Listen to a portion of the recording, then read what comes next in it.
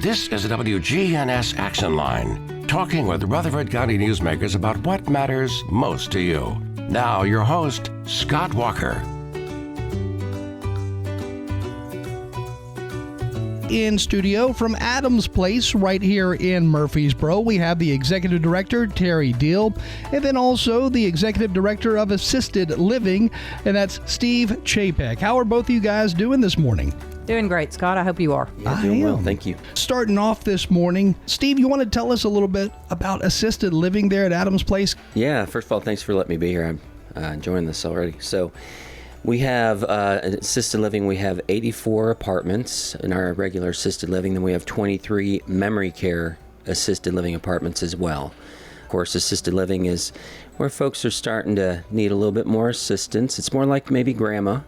That might be at the family functions that needs a little bit of help here and there with things, but mainly it's that they don't have to take care of any meals anymore. All 3 meals are taken care of there, and that if they need an assistant, someone to come and help them with anything for care or just in their room as well, we have caregivers and nurses on at all times in our building. Terri, what all is happening this time of year at AdamsPlace? And I'm sure a lot of other assisted living type facilities, they do a lot of the same things this time of year. I think a lot of us do some of the same things. You know, everybody takes their own little spin on the same types of activities, whether it be bingo or outings or whatever. I know at AdamsPlace, you know, when it starts warming up, everybody wants to get outside. We're doing more outings campus-wide. We had a bus full of folks going to the Ladies Charity Circle event in Nashville yesterday, so they had a shopping day and had a good time.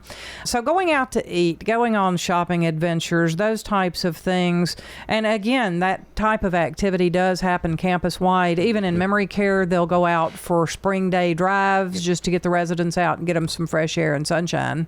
You know, for anybody who grew up in the Murfreesboro, Rutherford County area, let's say, for example, if we go back to the 1980s, there was not a whole lot to do in this area, but I'm guessing you don't ever run out of stuff to do these days. I would say I would agree with that. Yeah, in the 80s, things were a whole lot different everywhere, but Murfreesboro just has so many more offerings now. It's incredible to me that we don't, you know, years ago, we had residents that enjoyed going into Nashville on a regular basis. Now we have so many offerings in and around Murfreesboro that we can get the same quality of performances locally without having to go into Nashville. So a lot of people really like to stay around close to home. Now, because Rutherford County is kind of a melting pot of society, I mean, so many people move here for work. I'm sure that same reflection is seen at AdamsPlace because you have people from all over the country.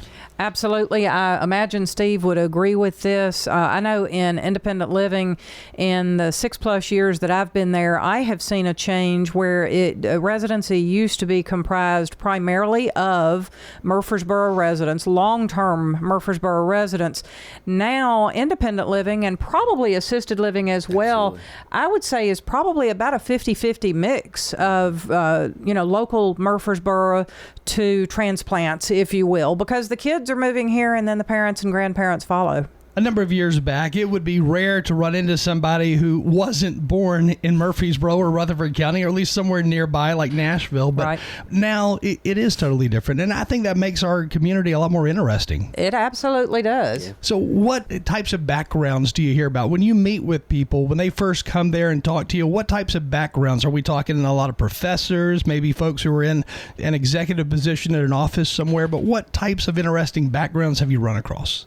I have everything from farmer to NASA agents to Secret Service agents to professors and literally everything in between. The stories that are there. Yeah. I mean, we've got, with the generation that we're currently serving, we've got a lot of veterans that live with us.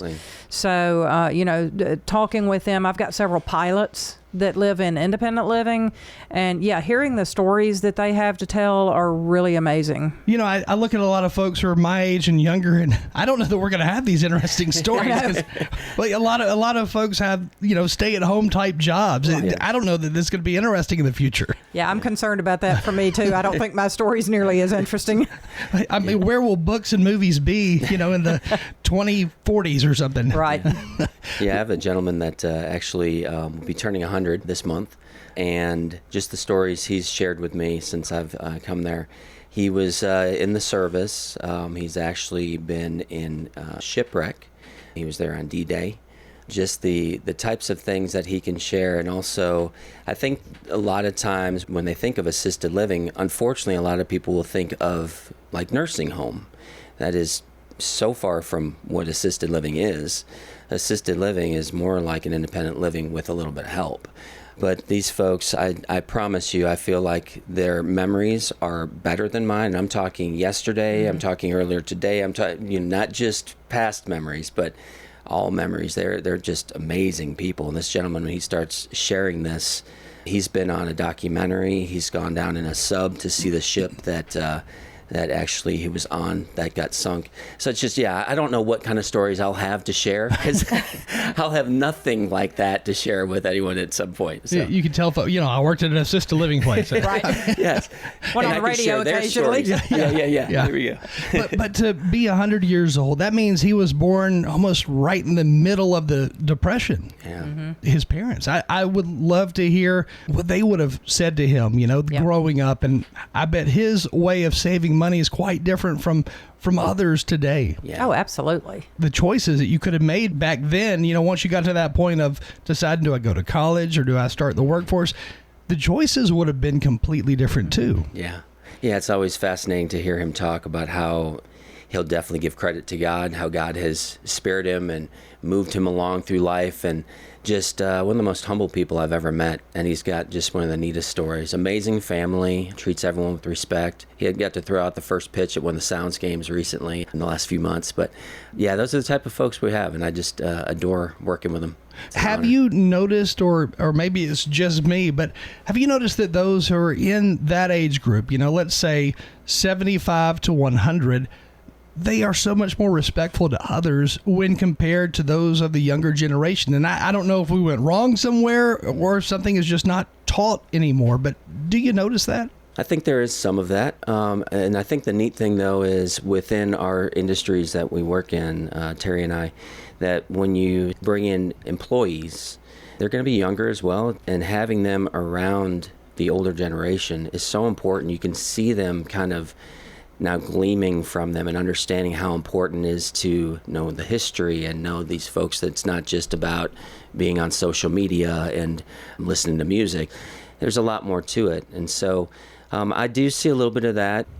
But the elderly population that I work with, it's cool when they can take the newer, younger caregivers or servers or things like that are in our building and really help them to see how important it is to have those relationships with older adults. And they help mentor them as well. Our residents, and I do think there's a lot of differences, we all do, between the generations. And there's a lot of young people that don't even know how to interact with anybody that's older, or even anybody with white hair. If they have white hair, oh my goodness, they're ancient, and I don't know how to communicate with them. And so it's really interesting to watch the residents that we have today try to impart wisdom, just different ways of mentoring, whether it's through encouraging education and that sort of thing. And I wonder, as the ages progress, how that is going to change in 20 or 30 or 40 years, because we view things differently than our current resident population does. Yeah. I was reading an article recently, and it was I think it was a poll that was done by the American Psychiatry Association, one of those groups that focuses on psychology. And they were talking about how 1 in 4 Americans today tend to isolate themselves more so than any other generation or any other time in the past. And I found that interesting, but you can really see it. More people are isolating themselves today for various reasons, maybe not even realizing it. I think social media plays a big role in that. Absolutely. Yeah, very much so. And I think the really cool thing about working in the environment we work in is that you actually get to see, like, I know I'll have families that will come to me and say, hey, we're thinking of looking into assisted living for our loved one. And they start sharing with me, and, you hear that this person was so vibrant, doing so many things, and that they've kind of pulled back from that.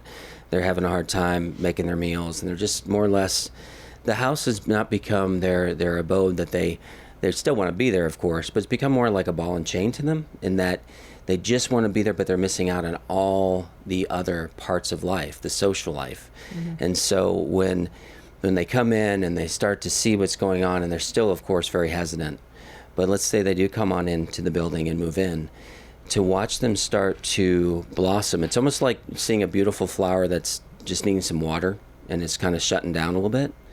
And then you put that water on it and it opens right back up. It's really cool to see that when we have folks move in and they get involved with folks their age and they're having fun again and they're meeting new people and new friends and being able to share stories and have so much of the camaraderie that it just, their families are like, this is amazing. They didn't want to be here. And now they're like, well, I'm doing bingo at this time and I'm doing crafts at this time and I'm going out at this time. So you have to come in between that to see me. or make an appointment with them to come in and visit. Yeah. You guys are able to see firsthand the detrimental impact that isolating yourself can have on a person, but you're able to see what happens once you are placed into an environment where there's other people, where you're almost forced to socialize to a certain extent. Yeah. And like how you were describing it, you're able to see somebody blossom. But is that a normal story where you do see people who come to you and, you know, they were all alone? They did not really interact with others, at least that last year or two where they were living at their house. But now that they're here, this new environment, they are able to interact in a way that families never seen it before.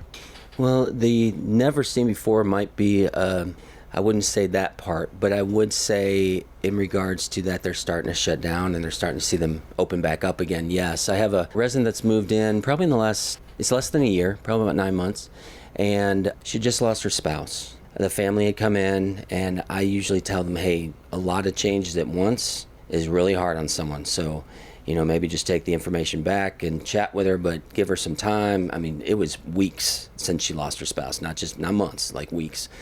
And so they came back a couple weeks later, I think it was a week later, and said, we're seeing some things, we're worried about her, we're thinking that, you know, we're talking to her about, we really think this is the right thing. And so then they brought her back for the tour. She walked around. We really hit it off. It was fun. She's a great lady to chat with. And so she said, well, you know, I think I'm going to give it a try. She said, you know, I probably won't sell the house yet. I said, no, don't do that. Don't sell the house yet. Just, you know, you need to make all those changes.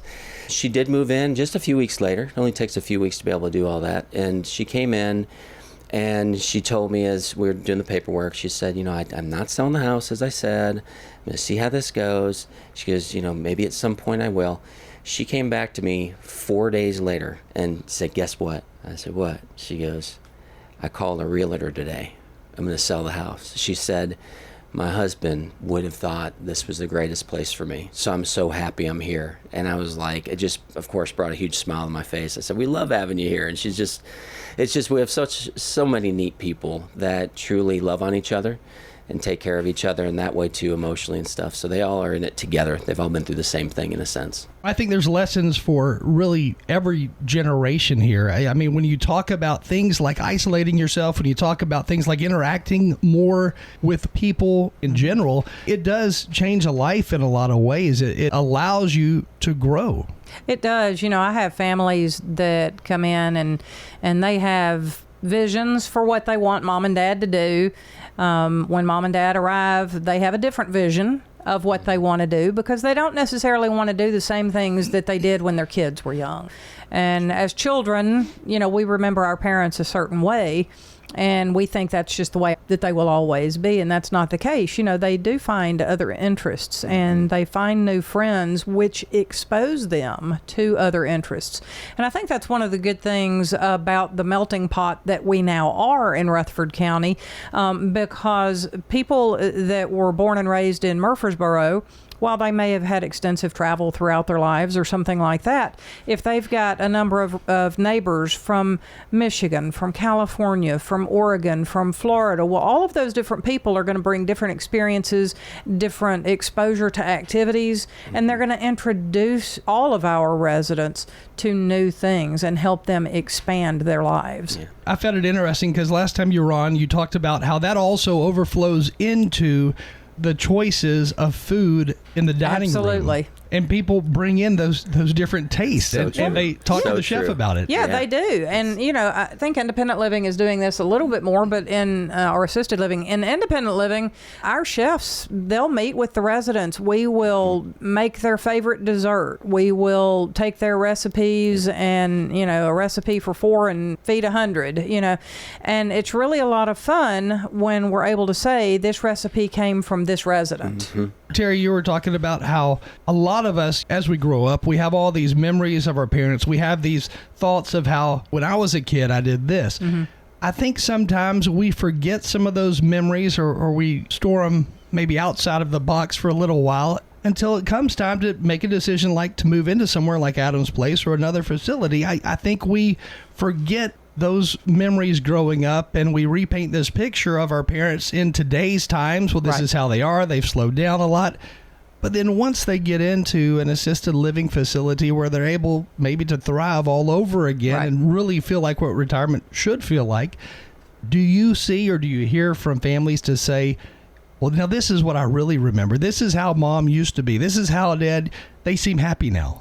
I think yes, but even beyond that, they're like, oh, I never expected mom to do that. Yeah. She was never interested in mahjong. What is a mahjong? So I think just having the exposure to different things, maybe mom never really enjoyed going to the theater, but now she goes every opportunity that is presented. So just having exposure to different things outside of what they had been previously exposed to. When we grow to a certain age, we become more tired. The burdens like mowing the yard every day, doing weed eating, making sure our yard looks perfect, making sure the outside of the house looks like we want it to. I don't know that we realize how much of a burden those things are as we get older until we get away from those things. So you've heard the story of the frog in a pot. Yes. You put the frog in the pot with the water, and then you start boiling it, and the frog doesn't realize it's boiling. Probably a horrible comparison. I don't want to say that we're all frogs, but And we're not boiling mom. and we're not in boiling water. But we do make adaptations as we get older. At my age, I have already reached the point of I really don't want to go home and cook at night. And I mean, my husband and I were just having the conversation this week. We really need to stop buying groceries and start going out. And suddenly I realized, oh my goodness, I'm that generation and I want to eat at 4:30. But as we age, we just get tired of certain responsibilities. But the problem with that is we also then start slowing down. So if we're not very intentional about not slowing down, I might not want to cook, but I need to do something other than either go out to a restaurant and go home and sit on my couch and boil in hot water. I need to keep doing something that is going to keep me active. But we really do allow ourselves to slow down, and suddenly we've stopped and we don't realize when that happened. I think all of us can say that we do feel better when we're doing something actively that we enjoy doing. Sure. And time kind of, we forget about time once we're busy doing something we enjoy. And I'm curious, when it comes to things like hobbies, at age 60, 70 plus, are people developing new hobbies like maybe art, maybe painting or something along those lines? Yeah. I think would say, so. Yeah, I'd say yes. I've got a gentleman that he's done a lot more painting, and also the thing I love about how, over time we progress with different things. Even, I hate to say it this way, the best way I can say it is more adult coloring books where it's actually like pictures. It's not kid stuff. It's, flowers that you can take colored pencils, and they find it very relaxing to do, when you just want to kind of show something that you've created, but I can't actually draw the flowers, but yeah, I can color in the lines, make it look nice, and add different flavors and colors to it. But I was thinking of something when Terri was talking. I want to make sure I say, you brought up a great point about kind of like these steps. Like, when are we thinking of maybe not wanting to do certain things anymore? I feel like with independent living, it really is that they're just kind of like, well, I really don't want to do it anymore. Where assisted living, they're really struggling to have the energy to do it. So they're starting with a lot of microwave meals, or not even wanting to go out because it's just a little much to get in the car and go do things and all that. And so I'd say that's where some of the changes are. But when they come into a community where they have a chef that's making them a meal and they can go out and do what they want, for independent living residents, I would just assume that they just can do much more. Our assisted living folks, it's like they've been able to hold in that energy so that now they can go and watch the grandkids at the soccer game because they haven't worried about going to buy groceries, clean the house, make the meals. They've had all those taken care of, and their energy is still up to a certain point. And they're like, yep, let's go out, let's have a meal together as a family, or let's go to the soccer game. So it's kind of an interesting thing how those dynamics happen as we age. It sounds like it's almost like you're on vacation, because when you're on vacation, you head back to the hotel and you still have energy because you're on vacation. Yes. You don't have to worry about all the other things in life that you used to have to do. Yeah, that's exactly right. It's got to be interesting day to day to hear some of the different changes in people's lives and how it's a lot better for a lot of them compared to how it used to be or what they describe as how it used to be. Sure. Yeah, because they do come in and make new friends. You know, people oftentimes when they're sitting in our offices talking about making a move, it's like, well, my spouse has passed away, my neighbor just passed away, my church has dwindled because it's all elderly and they're passing away one at a time, and my friend group is getting smaller and it's really coming down to just me, and I don't have people that I can rely on other than the kids anymore. And then they move into a building like ours or onto a campus like ours, and they are surrounded by 100 very close friends and neighbors that are all there for one another. You know, if you get sick, somebody's there to check on you. If you want to go to a party, there's somebody there to go to the party with you. And they can all relate to each other too. They've all been through the same thing. And the really amazing thing about both industries, independent and assisted, is that we encourage, or we actually need the resident to bring their items, their furniture that they've been gathering up through their lifetime, their photos that are on those walls of all their memories. Because obviously it's such a hard thing for someone to consider moving out of that home, because they're always going to say it's about the memories. But when they think about what the memories are, it's really not the actual house. It's what happened in the house, the socialization, who it was that they were having that memory with. So if they can bring a portion of that house with them, all their belongings that they gathered up, that they, bought together with their spouse, or, those types of things, and all the pictures of the kids, their grandkids, and put them up on those walls, but you're still having that socialization, it kind of connects the two worlds, where they're so afraid that it's like totally, now they've left that and it's forever, those memories are forever gone.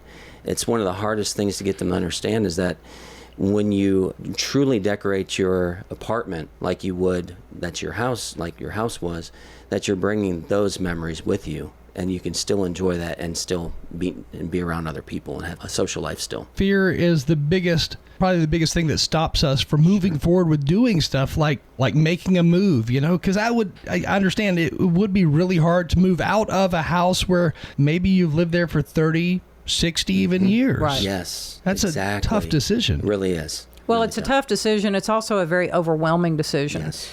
Just the thought, and I tell adult children all of the time, it's like, okay, if you were to pack up your house and make a move, it's one thing because you're young, 30, 40, 50 years old, not really that big of a deal, but it is going to create a little disturbance in your life.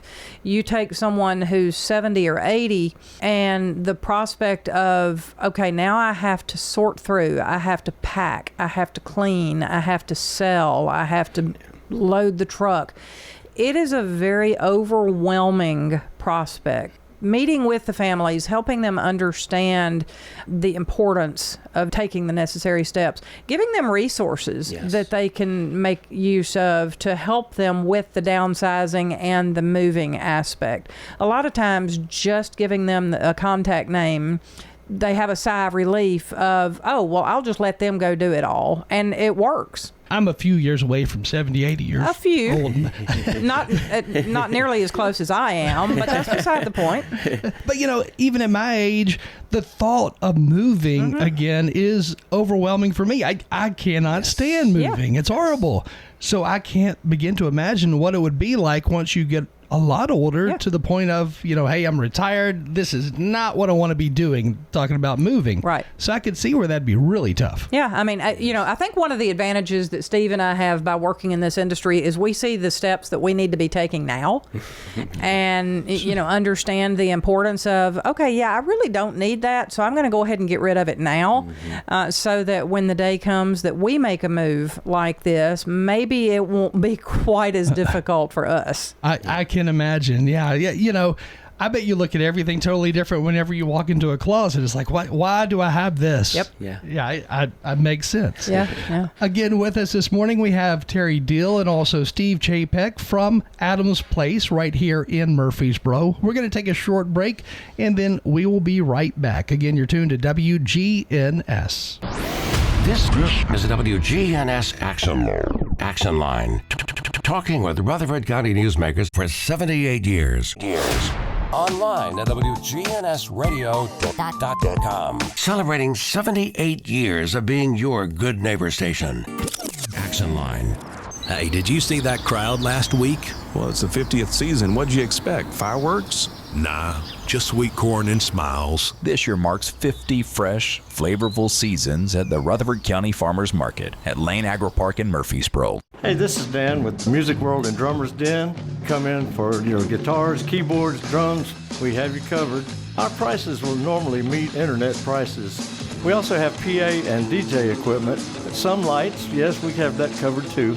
You can come rent a PA and sound system, do your karaoke, and bring it back. Come see us at Music World and Drummers Den, the one-stop shop where you have everything that you might need. 2762 South Church Street, right across from the golf course. We're at Adams Place talking with John Hood. John, what do you like most about Adams Place? Well, Bart, I guess what I like most is the personal attention that you get, the comfort and security, and knowing that you're in a very outstanding place. What made you choose Adams Place? Well, frankly, I only looked at Adams Place. I'm Terri Deal. Call me for more information about Adams Place, located at 1927 Memorial Boulevard, across from Walmart. The Action Line on FM 101.9 and AM 1450 Murfreesboro, FM 100.5 Smyrna. Listen and watch at WGNSradio.com. You're tuned to WGNS, and today we have guests in studio from AdamsPlace. We have Terri Deal and also Steve Chapek with us, and we're talking about things like moving and when to make the move to somewhere like AdamsPlace or even another assisted living facility. But when you do make that decision, what goes into it prior to actually making the decision? I mean, what types of thoughts? Are there a lot of talks with family? What goes into that? If we were talking about assisted living, what I'd say is typically there's some signs that are happening for the older adult. They're starting to find that's a little bit trickier to do the normal day-to-day or week-to-week activities. The cleaning of the house, the going to purchase groceries, and then preparing a meal. That's a really big one.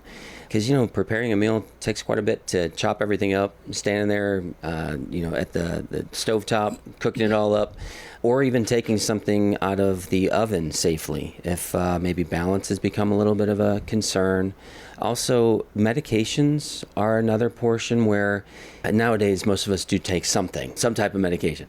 Maybe just forgetting to take that till later in the day even, and the back and forth of the medications might be that's supposed to be taken at 8. Well, one day maybe they're taking it 10, maybe they're taking it at 2 when they remember, and the body isn't really responding as well because there's not a good schedule of medication anymore, so it's back and forth. Or a lot of times they might miss a day, and it could be some important medications. Quite often family might be trying to step in more and help with things. And, the neat thing about assisted living is we get to see families and their parents, the adult children and their parents, kind of build that relationship back, because a lot of times it becomes more of a relationship where the adult child is becoming caregiver. That's not the role that the parent wants for their adult child, and that's not the role that the adult child maybe feels comfortable with. You know, they get a little anxious, they want to help, they love their parent, but they don't really know how to do it properly. You know, this person changed their diapers when they were little, so they want to be respectful to their parent and things. But it is just one of those things where, as the adult children are stepping in more, if they can see that an assisted living allows them to have that relationship back, that instead of the adult child going grocery shopping and bringing things in, and they spent their hour outside of work doing the grocery shopping for and bringing it in, or even cleaning the house or doing something like that, then they can go back to going out and having a meal together, having that social time together, instead of the adult child's kind of tired from doing whatever they were doing for their loved one. They're actually back to just enjoying that time. So that's a big part of it. And what I've seen, though, and this is a tricky part for most people, obviously most people want to wait as long as they can. That's a very normal thing. But I can say over the 20 years of doing this now that when I see the residents that have been the most successful, that are still the healthiest, and you find out how long they've been there, they came in at a time frame where they really didn't have to come in. They chose to come in, and because of the stability of having their meds on time, not having to worry about maybe even making the bed, because we make the bed for them in the mornings if they wish for us to. There's little things that we do throughout the day that, as we age and we might have a little bit less strength, our balance might be a little bit off, that if just an incident with making the bed, and unfortunately a hurt hip, a hurt knee, all that changes the trajectory of how well they're going to do. So when someone doesn't have to do those little items, I've got folks that have been at the assisted living for 8 to 10 years almost, and they're some of the healthiest ones. And I'm like, so there's something to that. And the ones that wait a little bit longer, they usually do have more needs, and their health is a little worse. Anyways, I just thought I'd mention that part, because this is something I see quite often. Well, and one of the things, too, that I've seen, especially in assisted living, is if we can get mom and dad to just come in and see what it's about. Yes. You know, a lot of times you were talking earlier about the fear aspect. And, you know, the fear of the unknown keeps us from making a lot of choices. And if we can just get our loved ones to come and visit, either whether it's independent living, assisted living, wherever it is, if we can get folks to come in and make that visit and see that assisted living in particular is not that big scary thing up on the hill, but it really is a beautiful home. You know, independent living, when people step into independent living, it's really a little bit more of a choice. I'm just tired of taking care of the house, and I want somebody else to do it for me, but I don't really have any needs, okay? So we really just need folks to come out and visit and see what it is, so that we can remove the fear aspect. Absolutely. I know we only have a couple of minutes left, but I've seen this happen before too, where you've got a child who is taking on this new role of taking care of mom or dad in ways that she never did before. But then you have the parent who says, you know, honey, I don't need this. I don't want you to do this. You don't need to come over today. But so often that child, I don't know if they feel obligated because mom raised them, but they say, no, I'm going to come anyway and help you out. But the mom or the dad really does not want that. Yeah. And I think we don't always listen. And when we don't listen, it leads to struggles. It leads to some mixed emotions. But how often do you see that where maybe the son, the daughter did not step back like they were asked originally, and now they're able to, and now you're able to see this new, rebuilding of relationships like you mentioned earlier, but you're able to see that blossom into something new. Well, we see that a lot. Unfortunately, sometimes the parents don't want the kids stepping in because they don't want to be perceived as a burden. And what our parents will never understand is you're never a burden to your children. But when we are able to take those responsibilities off of the children's shoulders so that they can become parent-child again instead of parent-caregiver, it really is fun to see those relationships blossom. I'm sure a lot of these folks enjoy just sitting around and telling stories about their childhood, or, Sure. hey, do you remember when this used to happen? But that probably happens every day. All the time. So if somebody would like to learn more, if they want to ask more questions, is it a situation where they could just drop into Adam's Place and ask for you, or should they call ahead? I would say both. We always welcome guests to just drop in. I know for Steve and myself, both, our schedules are very busy. If you're wanting to sit down and talk specifics about finances, availability, those types of things, then yes, we do need to make appointments so that we can make sure we have enough time set aside to be able to spend with them. But we always welcome drop-ins, and if we're able to get up from whatever we're doing and go ahead and give them a tour right then and there, we are happy to do so. And we only have like 45 seconds left, but when you are talking about paying for, assisted living, a nursing home, whatever it may be, are there different programs, different choices that you can make? Hey, I want to do this. I want to cut corners here and save money here, but I want to spend a little more here. Are there things we can do to better understand that process? That could be a whole show. That could be. I was just thinking the same thing. Yeah, there are some things, but mainly there's options in regards to different types of insurances that some people have gotten. If they're a certain age, they can look into some options for the future. Some people want to just invest well, and some others want to look into some type of insurance to have that could possibly assist with like an assisted living, maybe not independent living. We probably do need to just do a whole show on that someday. Lots of avenues to take. A lot of avenues, yeah. Thank you for joining us. Been talking about Adam's Place this morning. We'll talk to you again soon. Thank you, Scott. Thank you. This is WGNS Action Line. FM 101.9, FM 100.5, AM 1450, and online at WGNSradio.com. Friends? Yes. The financial partners whom you've built a relationship with at Old National Bank are still at the Dr. Martin Luther King Jr. Boulevard location, right here in the borough.